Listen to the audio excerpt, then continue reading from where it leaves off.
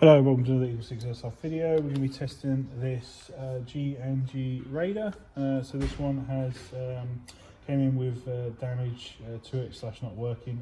So we stripped it apart with scope of work being a repair and with scope for some upgrades. So we've tested, checked over the damage, and there was a damaged bevel gear. So we've replaced the gear set with the Prometheus 18:1 hard gear set, some of the new ones that they're doing, and which are very well priced for what they are. And we've got the gate Aster gone in there as well, so obviously for increased trigger response.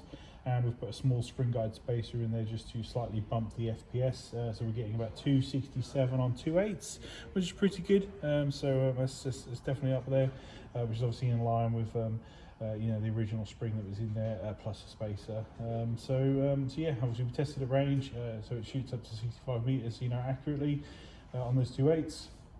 Obviously, if you want more accuracy, possibly consider 3.2s and see if that improves things for you. So we've got it now sort of set up on a 7.4 volt 1400, which we're just going to be testing with now just to demonstrate it working. But otherwise, obviously the main thing was because it came in not working, that it's repaired, which is good. So we'll just demonstrate it going. I'll put some BBs in even.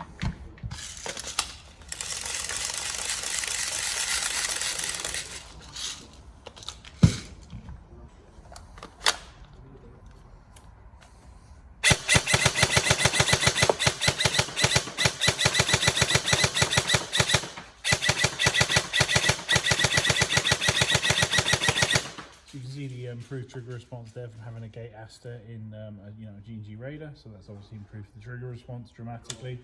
And then obviously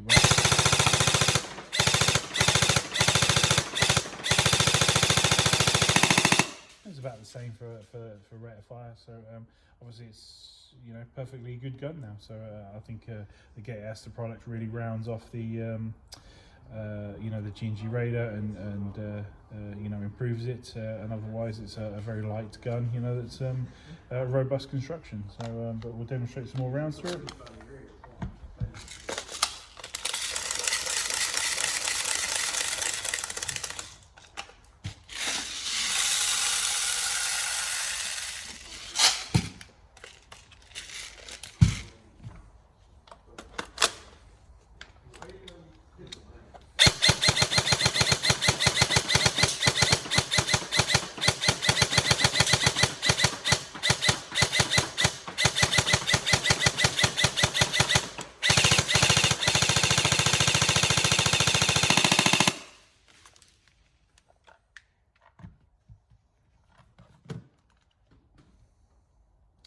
There we go, so all tested.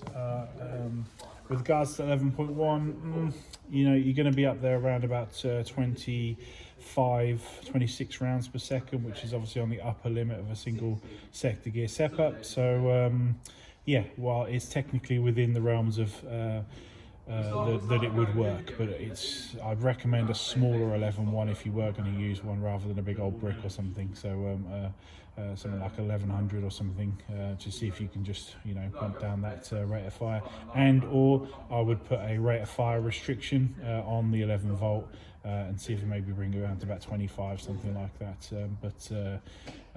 It may, as like I said, 25 to 26 rounds per second last for absolutely forever on 11 volt. But just bear in mind that obviously the faster we make things run, the more the potential chance there is for failure. And obviously we can't sit here and put thousands and thousands of 11 volt rounds through on 11 volt builds with all the different configs of parts and guns that are out there.